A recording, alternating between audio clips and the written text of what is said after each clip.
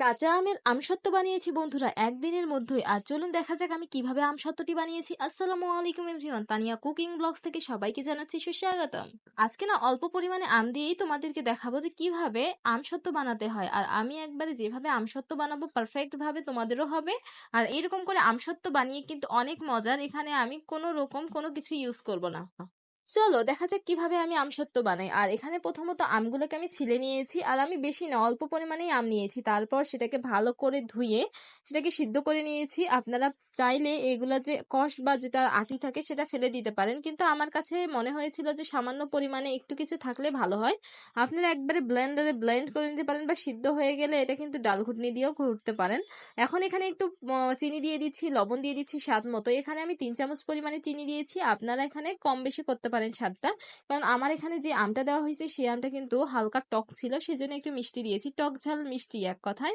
আর এখানে দেখতে পাচ্ছেন আমি কিছু ধনিয়া পাতার রস দিয়ে দিচ্ছি।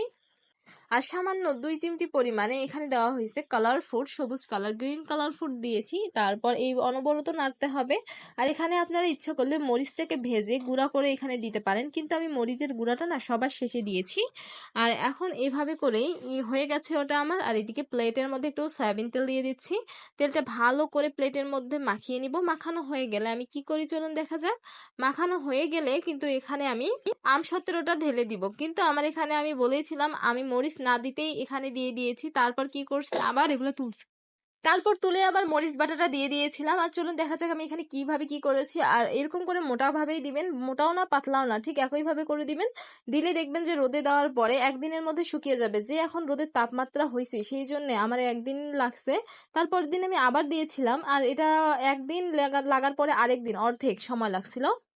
আপনারা কারা কারা কাঁচা আমের আমসত্ত্ব বানান আর কিভাবে বানান অবশ্যই কমেন্টে জানাবেন। আর আমসত্ত্ব খেতে কে কে পছন্দ করেন অবশ্যই জানাবেন আমাকে। এই যে মরিচটা আমি পরে দিয়েছিলাম, কারণ আমি ভুলে গিয়েছিলাম মরিচটা দেওয়ার কথা, কারণ মরিচের যে ফ্লেভারটা থাকে সেটা তো অন্যরকম সেই জন্য। আর এখন এই যে মরিচটা দিয়ে দিচ্ছি, আবার আমি সুন্দর করে লাগিয়ে দিব, তারপরে কিন্তু হয়ে যাবে। মানুষ মাত্রই ভুল হয়। আমার রেসিপিটা এখন দেখতে কত সুন্দর লাগছে তাই না বন্ধুরা? এখন এটা হচ্ছে কালার মানে সেই রকমের সুন্দর লাগতেছিল। এখানে 1 প্লেট হয়েছে, তারপর এখানে আরেকটা প্লেটের মধ্যেও ঠিক একইভাবে দিয়ে দিচ্ছি। তারপর শুকাতে দিয়েছি। শুকিয়ে যখন হয় মানে শুকায় তারপরে কিরকম লাগে সেটাই আমি বলবো। আর যেসব আপু এবং ভাইয়েরা আমার পেজটিকে লাইক করেছেন এবং ইউটিউব চ্যানেলটিকে সাবস্ক্রাইব করেছেন তাদেরকে জানাচ্ছি অসংখ্য ধন্যবাদ।